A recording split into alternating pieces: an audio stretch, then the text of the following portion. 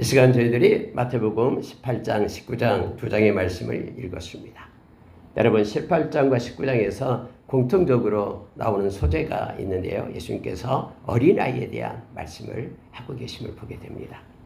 우리가 성경에 보면은 어린아이에 대해서는 두 가지 형태로 역설적으로 나옵니다. 하나는 어린아이를 본받으라, 어린아이처럼 이렇게 해라 라는 말씀이 나오고요. 또 하나는 어린아이처럼 살지 말라, 반대의 개념이 나오고 있음을 보게 됩니다. 오늘 말씀은 어린아이처럼 되라라는 것은 어린아이처럼 이렇게 온전한 마음을 가지고 하나님을 섬기라, 어린아이처럼 자기 마음을 낮추라, 정직하라, 이 말씀이죠. 여러분 어린아이들은 이렇게 정직합니다. 우리가 잘 아는 그 벌거벗은 그런 임금님이라는 우리가 그 예화가 있잖아요. 여러분 많은 사람들이 벌거벗은 임금님 옷을 벗고 다녀요. 근데 그 이유가 뭐냐면은 정직한 사람은 옷을 입고 있다라고, 정직한 사람 눈에는 그렇게 보인다라고 말하니까 이 신하들이 다 자기 눈에는 벌거벗은 임금님의 모습을 보이면서도 막 옷이 멋있다고 얘기하는 거예요. 근데 한 아이가 저 임금님 벌거벗었다라고 말하면서 그때서 깨닫고 그런 여러분 예화가 있잖아요. 이제는 여러분 어린아이는요, 여기서 어린아이를 본받아라, 천국은 그들의 것이다 하면서 말할 때 이 어린아이처럼 되라라는 것은 그런 진실성을 얘기하고 있는 것입니다. 막 사람은 날이 갈수록 나이가 먹을수록 이렇게 많은 경험이 있으니까 자기의 경험을 앞세워서 나타나는 어떤 정직이나 진실을 이렇게 가리는 경우가 많이 있습니다. 체면 때문에. 그런데 여러분 오늘 어린아이처럼 하나님의 나라를 그렇게 받들고 어린아이처럼 정직하고 진실할 것을 얘기할 때는 이렇게 어린아이처럼 되어라 라고 말하고 있고요. 또 여러분 우리가 잘 알다시피 우리가 고린도전서 13장에서도 이제는 우리가 나이가 들고 키가 크고 또 점점점 횟수가 더함으로 인하여 어린아이의 지식을 버려라라고 얘기하죠. 어린아이처럼 생각하는 것을 버렸다라고 얘기합니다. 우리가 여러분 나이가 많이 먹어서도 어린아이처럼 그렇게 혀 짧은 소리를 하고 또 어린아이처럼 그렇게 깊게 생각을 못하고, 그렇다 그러면은 부모가 걱정을 하겠죠. 내가 잘하지 않아가지고는 나이가 30이 됐는데 4살, 5살 정도의 말을 하고 그렇게 행동을 한다 그러면은 그 부모님의 그런 속앓이가 되겠죠. 그래서 여러분 어린아이처럼 젖을 먹지 말고 이제 때가 되면 이제 단단한 음식을 먹으라라고, 그래서 하나님의 말씀을 깊이 묵상하고 깊이 받아들이라라고 그렇게 말씀하고 있음을 보게 됩니다. 그래서 여러분 성경에는요 이 패러독스, 이 역설적인 것이 나와요. 예를 들어서요 우리가 예수님을 믿으면 다 구원을 얻었다, 이미 과거형으로 그렇게 쓰고 있죠.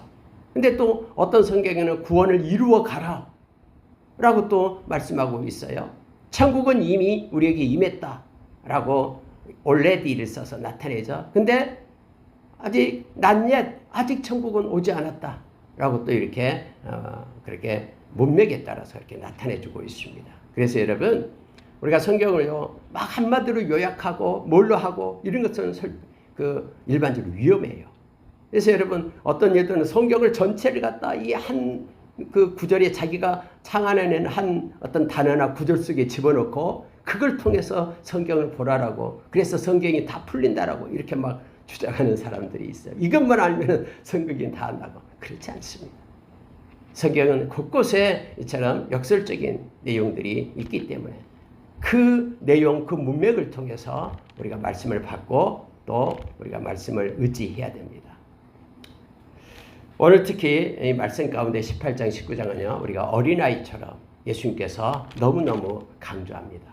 또 반대로 여러분 예수님께서는요 어린아이를 섬겨라라고, 업신여기지 말라라고, 믿음이 낮고 연약하고 부족하고 하면서 손가락질하고 업신여기지 말고 비판하지 말고 그들을 섬길 것을 말하고 있습니다. 로마서 14장에서도 역시 우리에게 가르쳐줘요. 그래서 여러분 우리가 횟수가 더하고 또 믿음의 깊이가 있다라고 스스로 느끼면은 그들을 섬기고 낮아져야 된다라는 걸 가르쳐줘요. 겸손하게 될 것을 요청합니다. 우리에게 있어서 그래서 매일매일 우리 마음 가운데 일어나는 영적 전쟁이 바로 겸손해지는 것이에요. 어제보다도 오늘 더욱더 겸손해지기 위하여 낮아지기 위하여 우리는 그러한 전쟁을 행해야 됨을 알게 합니다. 성경에는 겸손한 자가 은혜를 입습니다. 겸손한 자가 하나님께서 높임을 그렇게 하나님의 높임을 받게 됨을 알게 합니다. 오늘 말씀을 그런 전반적인 어린아이의 주제를 가지고 말씀을 한번 보기를 원합니다. 여러분 한번 보십시오. 제자들이 와서 이렇게 말해요. 천국에서는 누가 크니까? 이렇게 말합니다. 천국에서는 누가 큽니까? 라고 물어요. 예수님께서는 그들 가운데 어린아이 하나를 불러서 세웁니다. 그래서 이렇게 말해요. 돌이켜 어린아이들과 같이 되지 아니하면 결단코 천국에 들어가지 못하리라. 여러분 갑자기 천국에서 누가 큽니까? 라고 말하는데 예수님께서는 어린아이와 같이 되지 않으면 천국에 못 들어간다 라고 그 자격을 얘기하고 있는 것이죠. 왜 이러면 예수님이 이 말씀하셨을까요? 어린아이는 100% 말씀을 받는 거예요. 전적으로 그 부모를 의지하잖아요. 여러분 우리가 어렸을 때 기억하죠. 누구한테 맞으면요, 너 우리 엄마한테 일린다라고. 엄마가 최고예요. 엄마면 모든 것이 다 해결된다고 생각하고 막 엄마한테 쫓아오잖아요. 엄마 제가 나 때렸어 하면서요. 이처럼 여러분 하나님의 말씀을 절대 온전함으로 진실함으로 받는 자가 천국 백성임을 알게 합니다. 그러나 의심하면서 한 90%는 믿고 10%는 믿지 않는다. 이게 아니에요. 하나님의 말씀은 온전함으로 어린아이처럼 받들어야 된다라고. 그가 하나님의 백성이다라고 천국을 소유한 자다라고 예수님께서 말씀하신 거예요. 자기를 그러면서 이제 이처럼 자기를 낮추는 자 천국에서 그가 큰 자다라고 말해요.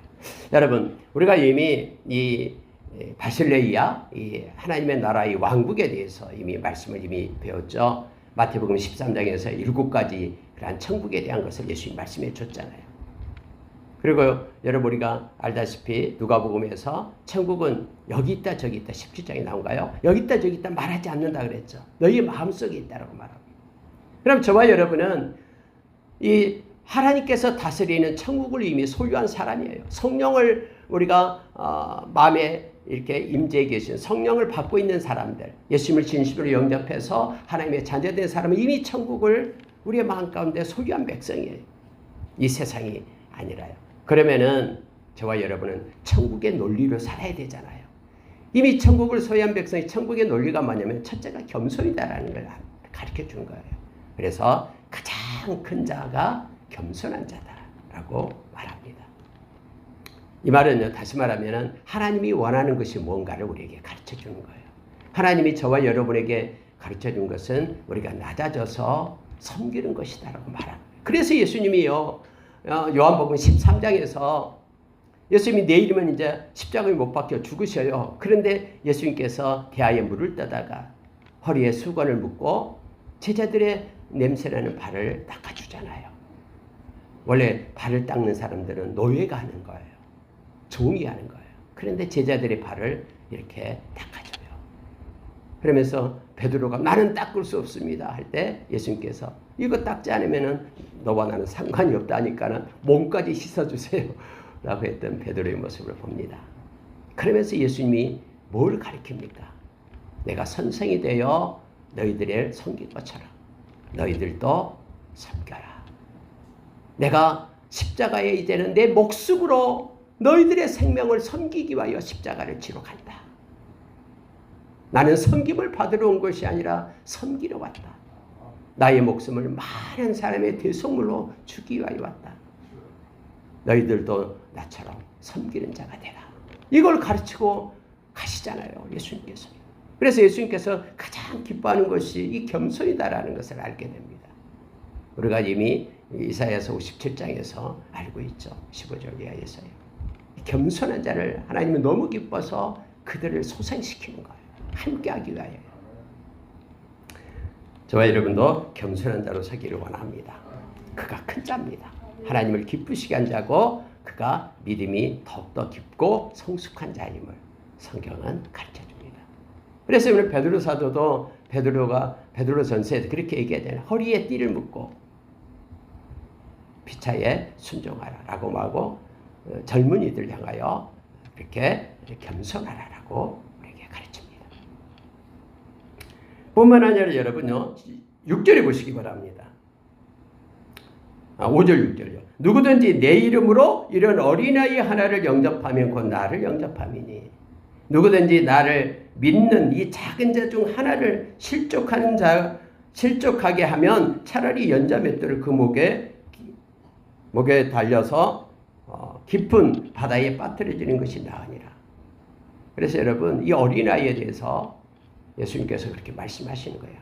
이 어린아이는 그냥 나이가 어린아이 이런 것을 나타내는 것이 아니에요. 그의 모든 여러 가지 경제적이든 지식적이든 또 여러 가지 세상으로부터 소외받고 힘든 그 모두를 갖다가 나타내는 그러한 용어입니다. 그들을 비판하고 업신여기지 말고 그들을 영접해라, 존중하고 섬기라라고 주님께서는 그렇게 말씀하고 있습니다. 네, 여러분 이 말씀을 하시면서 예수님께서는 실족하는 일이 없을 수는 없으나 실족하게 하는 그 사람에게는 화가 있도다 라고 말합니다. 그러면서 이 실족한다라는 것이 믿음을 떠난다라는 걸 얘기합니다. 근데 여러분요 8절에 보니까 그 얘기를 계속하죠. 손이나 발이 범죄하거든 찍어버리라. 장애인이나 다리 저는 자로 영생에 들어가는 것이 영원한 불에 던져진 것보다 낫다. 눈이 범죄하면 한 눈 빼버리라라는 거예요. 그래서 영생에 들어가는 것이 두 눈을 가지고 지옥불에 들어가는 것보다 낫다. 그러면서 삼가 이 작은 자 중에 하나도 없인 여기지 말라. 그의 천사들이 하늘에 계신 내 아버지의 얼굴에 항상 배우느니라. 여러분 이 말씀만 여기에 있는데요. 그의 천사들이라는 게 뭐예요? 원래 천사들은 수종드는 자들 얘기하잖아요. 피조물이에요. 하나님께 수종들고 특히 믿는 자들을 또 하나님의 명령을 따라서 그렇게 섬기는 천사들을 얘기합니다. 근데 여러분 이 말씀은요 다 보고 있다라는 뜻이에요. 우리가 여러분 요한계시록에 보면 이 천상의 모습을 보여주잖아요. 그때 눈이 가득한 모습을 나타낸 생물을 나타내죠. 이건 뭐요? 하나님은 다 알고 있다라는 거예요. 그러면 여러분 작은 자에게 업신여기는 거 그의 천사 그를 맡은 천사들이 다 하나님께 보고서를 써서 올린다라는 거예요. 누가 지금 이 어린아이를 지금 무시했습니다. 멸시했습니다. 조롱했습니다. 기롱했습니다. 기만했습니다. 막 이런 걸 갖다 써서 올리니까 다 알고 있다 라고 말합니다. 그러면서 이것이 큰 죄다라는 것을 말하고 있어요. 그래서 이 죄를 짓고 이 죄 때문에 지옥에 가기 때문에 회개하지 않으면요. 그래 차라리 손이 죄를 짓고 있다면 이거 잘라버리라라는 거예요. 눈을 빼버리라라는 겁니다. 왜요? 영생에 들어가는 것이 얼마나 존귀하고 가치 있는 것인가를 예수님께서 지금 가르쳐주고 있는 거예요. 여러분 우리는 죄를 쉽게 생각하잖아요. 거짓말하는 거 쉽게 생각하잖아요. 그런데 여러분 이 모든 죄는요 어마어마한 죄입니다. 우리의 일생을 다 들여도 이 거짓말할 한마디를 갚을 수 없다라고 얘기하잖아요. 예수님의 십자가의 은혜가 아니면은 이건 갚을 수가 없는 거예요. 그래서 예수님의 십자가가 굿뉴스, 유앙겔리온, 복음이라는 것입니다. 좋은 소식. 나의 모든 죄를 내가 지옥불에 던져야 되는데 나의 모든 그 죄를 내가 회개함으로 예수님의 십자가의 보혈을 인정함으로 내 죄를 씻어주셨다라고 믿음으로 인하여 그리고 내가 잘못했다고 고백하는 회개로 인하여 내가 죄사함을 받기 때문에 이 십자가처럼 은혜의 그러한 복음이 없는 거예요. 그래서 모든 믿음의 선진들이 십자가만을 나는 전하겠다라고 고백하는 것이 거기에 있는 것입니다. 예수님께서는 길 잃은 양에 대해서 말씀을 하십니다. 100마리의 양을 이렇게 지키고 있는데 보니까 한 마리가 없는 거예요. 그러면 목자가 100마리 중에 100분의 1 하나니까 그냥 가야 되겠다. 이 또 어디 양들을 어떻게 할 건가? 쉽게 여기지 않는다라는 거예요. 오늘 여러분 말씀으로 보면 잃어버린 양 이게 대한 하나님의 그 마음을 우리에게 부어줍니다. 그래서 아까 우리가 기도했죠. 믿지 않는 영혼들을 위하여 기도한 거예요. 하나님은 우리의 기도를 사용하셔서 하나님의 때에 그들을 부르실 것입니다. 여러분, 잃어버린 양을 찾지 않겠느냐라고 말합니다. 네, 여러분 여기에서는 우리가 한 가지를 기억하길 바랍니다. 대부분 여러분요, 그때 당시 이 양떼를 이렇게 친 목동들은 자기 양이 아니에요. 자기 소유의 양이 아니에요. 다 싹쓸 받고요, 누군가의 양떼를 돌봐주는 거예요. 대부분이요.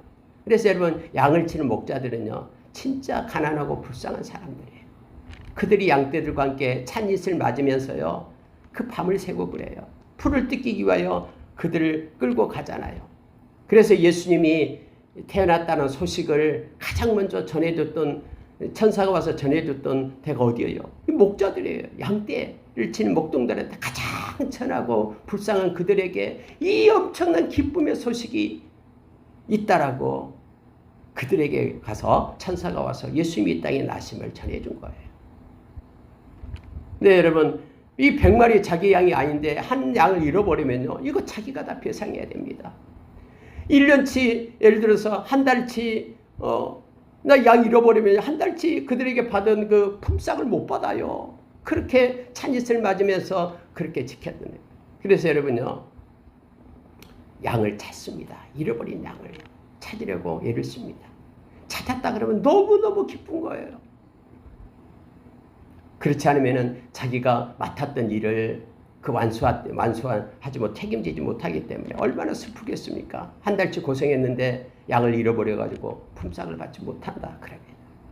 그래, 여러분, 여기서요, 한 마리 양을 찾아 나가는 그러한 심정, 이것이 곧 하나님의 마음임을 우리에게 가르쳐 줍니다. 그러면서 14절에서 이렇게 말씀해요. 이와 같이 작은 자 중에 하나라도 잃은 것은 하늘에 계신 너희 아버지의 뜻이 아니니라. 하나님은 다 구원받기를 원합니다. 그래서 하나님의 그 마음을 가지고, 긍휼의 심정을 가지고, 불행의 열정을 가지고 믿지 않은 영혼들을 위한 우리가 계속해서 이 기도를 해야 됩니다. 기도를 멈추지 말아야 됨을 알게 합니다. 우리에게 이런 불행의 열정이 저와 여러분에게 있기를 원합니다. 자, 여러분 15절 보시기 바랍니다.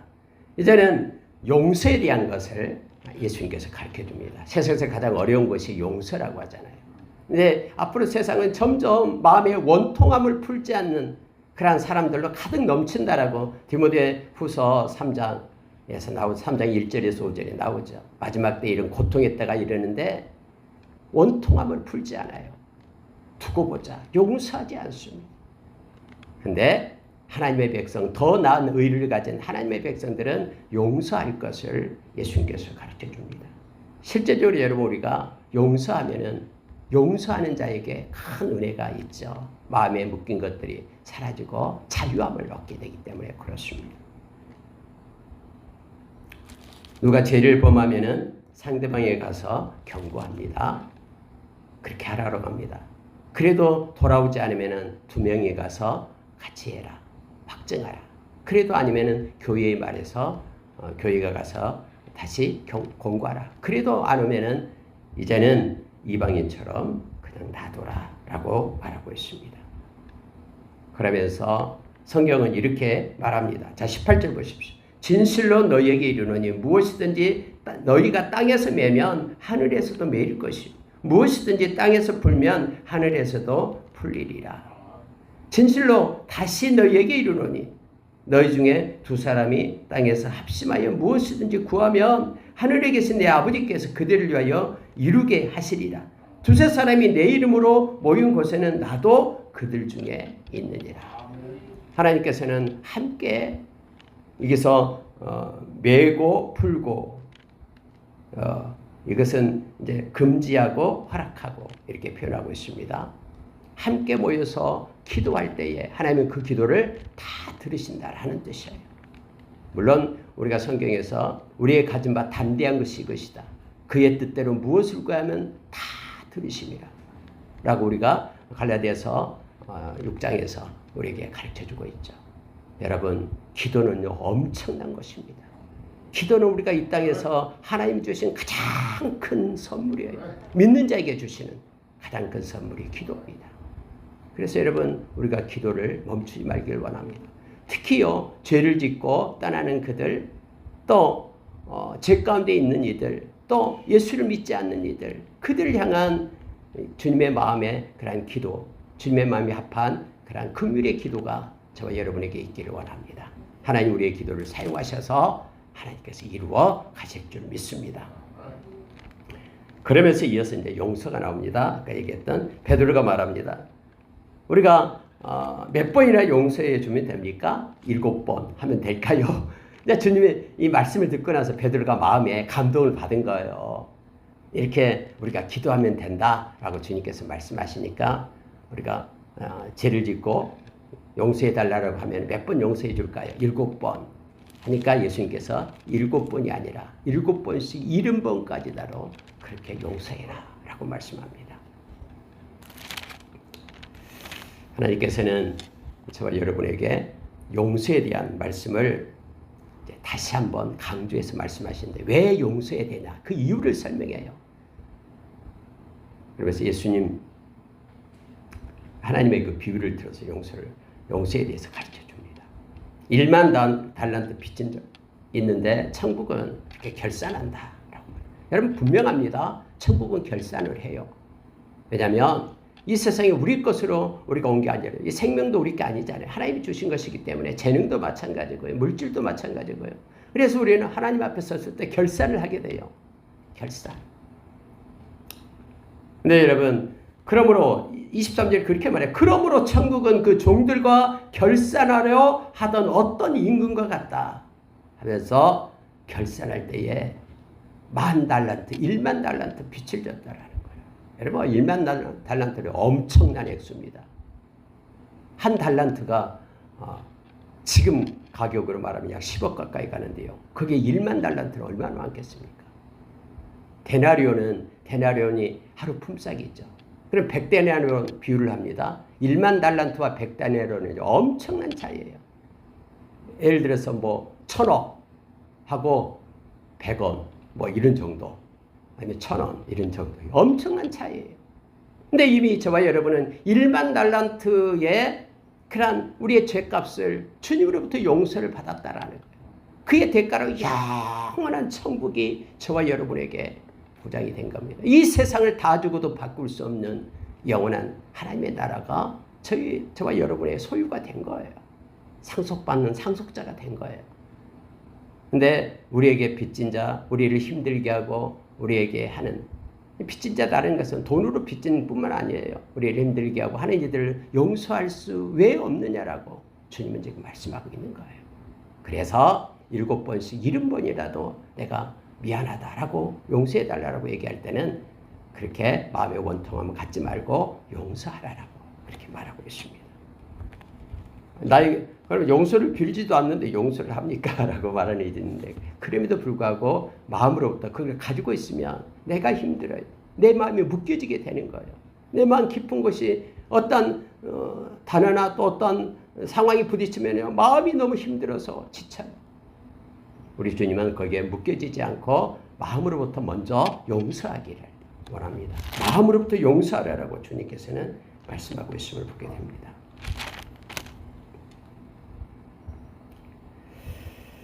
자, 여러분 35절 보시기 바랍니다.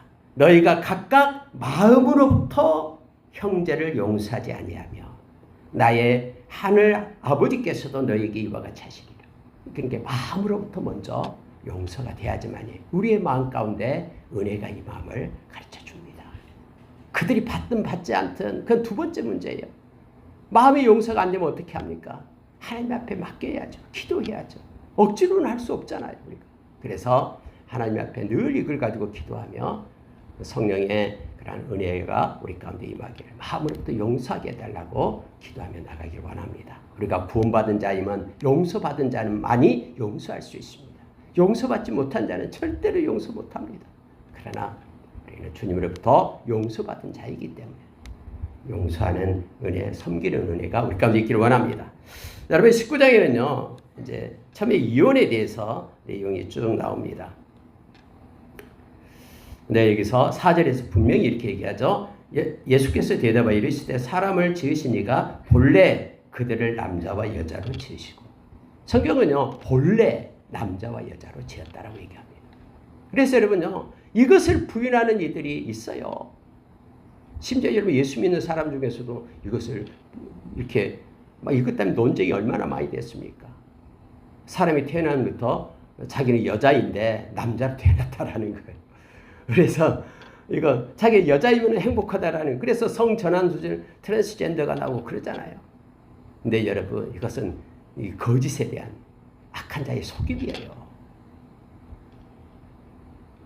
본래부터 하나님은 그렇게 남자와 여자로 만들었다라고 말합니다. 그래서 동성애 부부를 우리는 인정해서는 안 됩니다. 그것은 죄예요. 하나님께로 돌아와야 되는 것이지 그건 병이 아니에요. 이 병하고 죄는 틀립니다. 병이기 때문에 돌봐주고 치료해야 되고 막 그래야 된다는데 그것은 먼저 죄입니다. 물론 그들이 회개하고 돌아오면 우리는 받아줘야 되죠. 그러나 하나님께서 말씀하신 것을 우리의 인위적으로 인본주의로 바꿔서 해서는 안 됩니다. 로마서 1장에서 나오고 있죠. 물론 여러분 오늘날 이 말씀은 좀 더 이거에 대해서 얘기하고 있습니다. 그때 예수님 당시에 여자들은요, 이 법적 그런 보호를 받을 수가 없어요. 심지어 남편을 기쁘게 해주지 않았다고 해서 그냥 쫓겨남을 당하는 그런 시절이에요, 그때요. 그래서 이 모세 때에도 마찬가지고요. 모세가 그렇게 이혼 증서를 줘서 그렇게 이혼을 된다라고 그렇게 주장을 했죠. 말을 했죠. 근데 예수님께서는 그것도 악하기 때문에 그랬다라고 말씀하면서 악하기 때문에 그 여자를 보호하기 위하여 그랬다라고 말합니다. 근데 여러분 우리가 잘 알다시피 고린도전서 7장에서는요. 이런 말씀을 하고 있죠. 믿지 않는 배우자가 먼저 갈라서기를 원할 때 이혼은 가능하다라고 그렇게 말합니다. 오늘 예수님께서는 이혼, 음란하고 또 간음을 저지를 때는 이혼이 가능하다라고 그렇게 말씀하고 있죠. 그래서 여러분 믿지 않는 것 때문에요. 많은 이들이 또 갈라짐을 당하는. 그래서 그 시대에 따라서 조금씩 변화되고 있습니다만 말씀에서는 그렇게 말하고 있음을 보게 됩니다. 12절 보시기 바랍니다.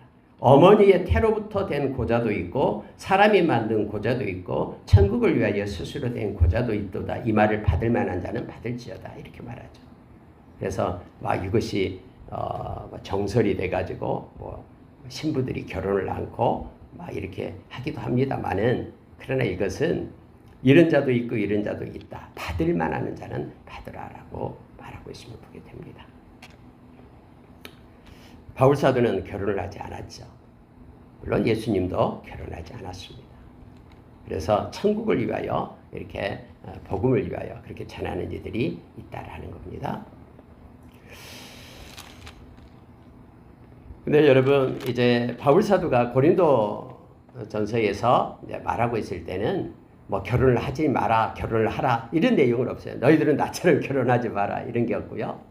어느 에 있든 결혼하든 자든 결혼하지 않는 자든 하나님의 영광을 위하여 살아갈 것을 우리에게 가르쳐 줍니다. 자 여러분 13절을 보십시오. 사람들이 예수에게 안수하고 기도해 주심을 바라고 어린아이를 데리고 옵니다. 근데 제자들이 꾸짖어요. 아니 지금 우리 예수님 지금 바쁜데 지금 이렇게 한가하게 어린아이들 돌볼 시간 없다라고 말해요. 여러분 베드로가요. 이 제자들이요. 왜 그렇습니까? 왜 꾸짖었어요? 예수님을 위한다고 생각하며 꾸짖는 거예요. 근데 여기서 우리가 중요한 거 하나가 있습니다. 우리가 주님의 마음을 잘 알지 못할 때에는 오히려 주님을 위하여 일한다고 열심을 내지만 그 열심이 오히려 우리 주님의 마음을 아프게 한다는 걸 알게 돼요. 열심히 믿음이더냐라고 말할 때는요. 바로 이 말이에요. 막 뭔가 열심히 하고 있는데 방향이 틀리면요. 더욱더 멀어지잖아요. 그 방향이 맞아야지만이 주님의 뜻을 알아야지만이 주님의 마음을 알아야지만이 그때 열심을 낼 때 우리는 주님께 더 가까이 갈 수 있지만 주님의 뜻과 마음을 모르면서 열심을 낼 때는 자기 생각으로 열심을 낼 때는 이처럼 이러한 누를 범하게 돼요. 어린아이를 막 데리고 오니까 예수님께서 기도해주고 안수해주기 위하여 데리고 막 오니까 제자들이 호통을 쳐요. 지금 예수님이 얼마나 바쁜데 예수님이 얼마나 중요한 일을 하고 있는데 이런 일을 하냐고. 근데 여러분 예수님이 자 14절에 보십시오. 어린아이들을 용납하고 내게 오는 것을 금하지 말라. 천국이 이런 사람의 것이니라. 여러분 다른 성경에서는요 예수님이 분노했다라고 얘기해요. 화를 내면서 지금 뭐 하는 것이냐 하면서 어린아이 데려오는 것을 기뻐하면서 그들에게 안수하고 기도해 주시는 예수님의 모습을 보게 됩니다.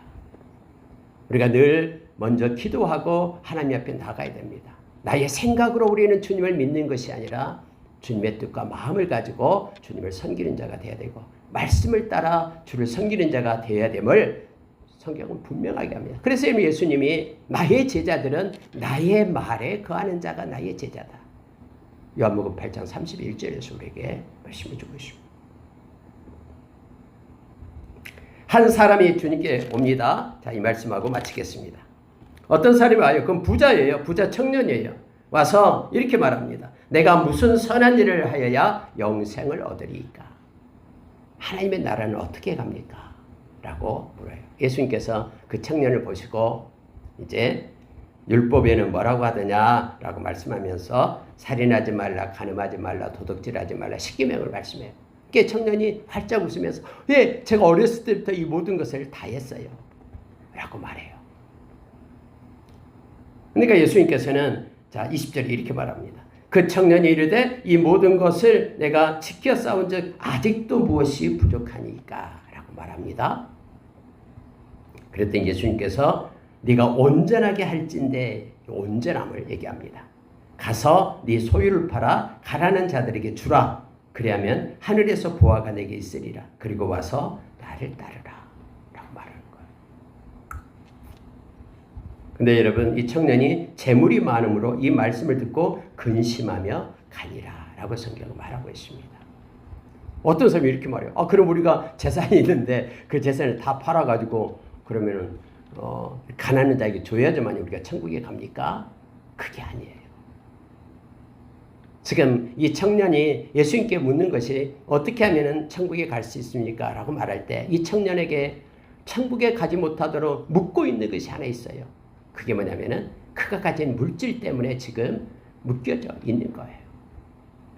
다른 모든 일을 다 했다 할지라도 그가 가진 물질이 그의 주인이 되어서 그를 지금 끌고 가고 있는 거예요. 마태복음 6장 24절의 말씀처럼 두 주인을 섬길 수 없는데 이 물질에 지금 얽매여 있다는 걸 알게 됩니다. 사람마다 다 얽매인 것이 있습니다. 어떤 사람은 지식에 얽매여 있는 사람이 있어요. 그래서 세상에서 배운 그 지식이 최고의 가치로 여겨요. 그래가지고 그 지식을 가지고 하나님의 말씀을 막습니다. 무슨 어디는 어떻고 어떤 과학자가 어떻고 하면서 말을 꺼냅니다. 어떤 사람은 자기의 재능이 있는데 그 재능이 하나님이 주신 것임에도 불구하고 그 재능 때문에 천국에 못 가는 이들이 있어요. 그 재능을 따라가면서 세상에서 자기가 존경받고 위대하게 되고 자기의 공적비를 세우는 데만 그래서 말씀을 버리는 이들이 있습니다. 지금 이 청년에게는 부자 청년인데요. 부자 청년을 봐서 이건 자기가 그렇게 노력해서 얻은 게 아니에요. 왜냐하면 부자 청년이기 때문에 그의 부모로부터 받은 거예요. 근데 그걸 묻고 있는 것이 이거다라고 예수님께서 말씀하고 있습니다. 그러면서 예수님은 중요한 말씀을 해요. 성경에서 이렇게 말하고 있습니다. 자, 23절 보십시오. 내가 진실로 너에게 이르노니 부자는 천국에 들어갈 수 없다라고 말합니다. 낙타가 바늘귀로 들어가는 것이 부자가 하나님 나라에 들어가는 것보다 더 쉬우니라. 이것은 여러분 사람으로서는 할 수 없다라는 것을 얘기해요. 그런데 제자들이 깜짝 놀랍니다. 왜요? 부자들이 하나님의 은혜를 받아서 이 땅에서 부자로 사는 건데 왜 그들이 천국에 들어가지 못하냐라는 거예요. 이미 예수님께서는 이 가치의 논리에 대해서 이미 마태복음 5장에서 이미 가르쳐줬죠. 심령이 가난한 자가 복이 있다. 심령이 부유한 자가 아니라 가난한 자가 복이 있다. 그래서 여기서 부자라는 것은요. 궁극적으로 여러분 물질의 부자를 말하는 것이 아니에요. 심령이 부자가 되어서 하나님이 필요 없다라고 말하는 그들 절대로 천국에 들어갈 수 없음을 말합니다. 제자들이 깜짝 놀라요. 그럼 누가 천국에 갑니까? 아무도 못 가는 거 아닙니까? 예, 실제 맞아요. 실제 우리 인간의 노력으로는 인간이 가진 거로는 아무도 천국에 들어갈 수가 없어요. 그런데 오늘 예수님께서는요 26절에 그렇게 말합니다. 사람으로는 할 수 없으나 하나님으로서는 다 하실 수 있느니라. 이 말은요 이게 무슨 말이에요? 어폐가 있는 거 아니에요? 라고 문맥상 말할지 모르나 지금 예수님께서 말하고 싶은 게 뭐라면은 이 땅에서 스스로 천국에 가는 자는 아무도 없다라는 것을 지금 말씀하고 있는 거예요. 왜요? 다 부요해서 마음이 부요해서 하나님을 찾는 자가 아무도 없었기 때문에. 그러나 하나님이 찾아오셔서 하나님이 우리의 모든 것들을 해결해 주셔서 죄값을 지불해 주셔서 하나님으로는 할 수 있다라고 말씀하고 있는 것입니다. 그래서 여러분 천국은요 우리의 노력과 능력으로 가는 게 아니에요. 내가 예수를 믿었기 때문에 내가 노력한 것이 아닙니까? 라고 말할 줄 몰라요. 그러나 여러분 이 믿음도 주님으로부터 온 것이다라고 은혜로 우리에게 주어진 것이다라고 빌립보서 2장 8절에서 에베소서 2장 8절에서 우리에게 말씀해 주고 있죠.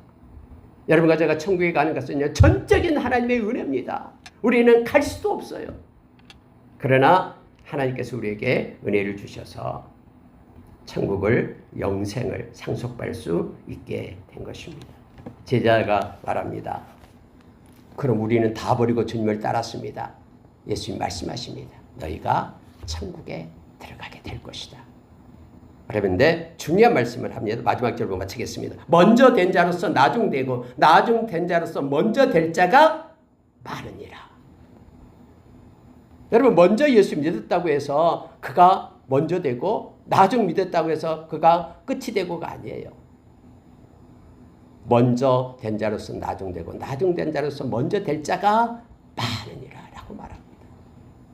다시 말하면 하나님의 은혜에 따라서 우리가 천국을 소유하고 영생을 얻게 되는데 믿음의 그 비중과 믿음의 크기는 이 시간과는 상관없다라는 걸 알게 됩니다. 만약에 이것과는 다른 논리라 그러면 바리새인들이 훨씬 더 하나님을 잘 섬기게 될 겁니다. 그러나 그들을 향하여 예수님은 화 있을진저라고 외쳤죠. 마음의 중심을 들고 마음의 온전함으로 섬기며 어린아이처럼 하나님의 나라를 받드는 그가 먼저 된 자가 되고 가장 큰 자가 됨을 성경은 가르쳐줍니다. 함께 기도하겠습니다.